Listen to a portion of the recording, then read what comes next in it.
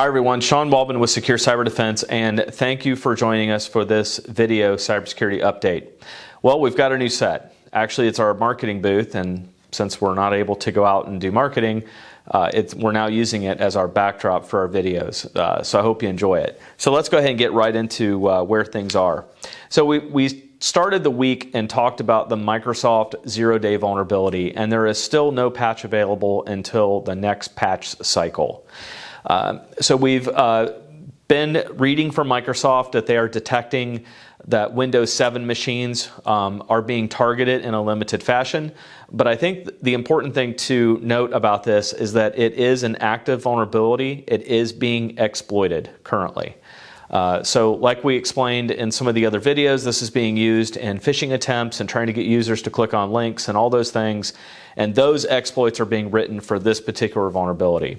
So in the text of the bulletin that will go out with the email, we will again post the available mitigation steps, and those involved the three things of disabling the preview in the Windows Explorer pane, disabling the web client service, and there's a DLL that you can rename. But again, we'll post that information along with it. So Apple has come out with a number of patches that are available. So for all of you Apple folks, make sure that you patch your iPhones, your iPads, your iMacs, and anything else that has an I in front of it that belongs to Apple. So, all right, this is kind of a big deal. So with users being displaced and working from home, we've now got it's not classified as a vulnerability, but now hackers are compromising D-Link and Linksys routers, which are primarily consumer-based devices, so that they can modify the DNS settings of the router, so that they can, so when a user at home opens the browser, they get redirected to a malicious site. So there's currently no fix for this because it's not a vulnerability. It's just that hackers are brute forcing their way into the device. And so what is a brute force? Well, a brute force involves very consistently trying username and passwords until they break in, right? So what's the way they can break in? Well, if you've got your default administrator username and password, which is how it came, it's pretty easy for them to get in. So here's what you need to do. Change the username and password of the device. More importantly, changing the password. If you can change the username, please do that. So make the password complex, and there's a number of password generators that you can go to on the internet that will generate complex passwords for you. Or you can use passphrases. So if you've got a favorite movie quote or a line to a TV show or something, you can use that with the spaces in order to create a passphrase instead of a password if that's easier for you. The next thing would be to, which is a more tech-savvy thing, navigate to the settings of the router. And if you notice that the DNS has been manually changed, revert that back to automatically detect, which will mean that it will grab the DNS settings from your internet service provider.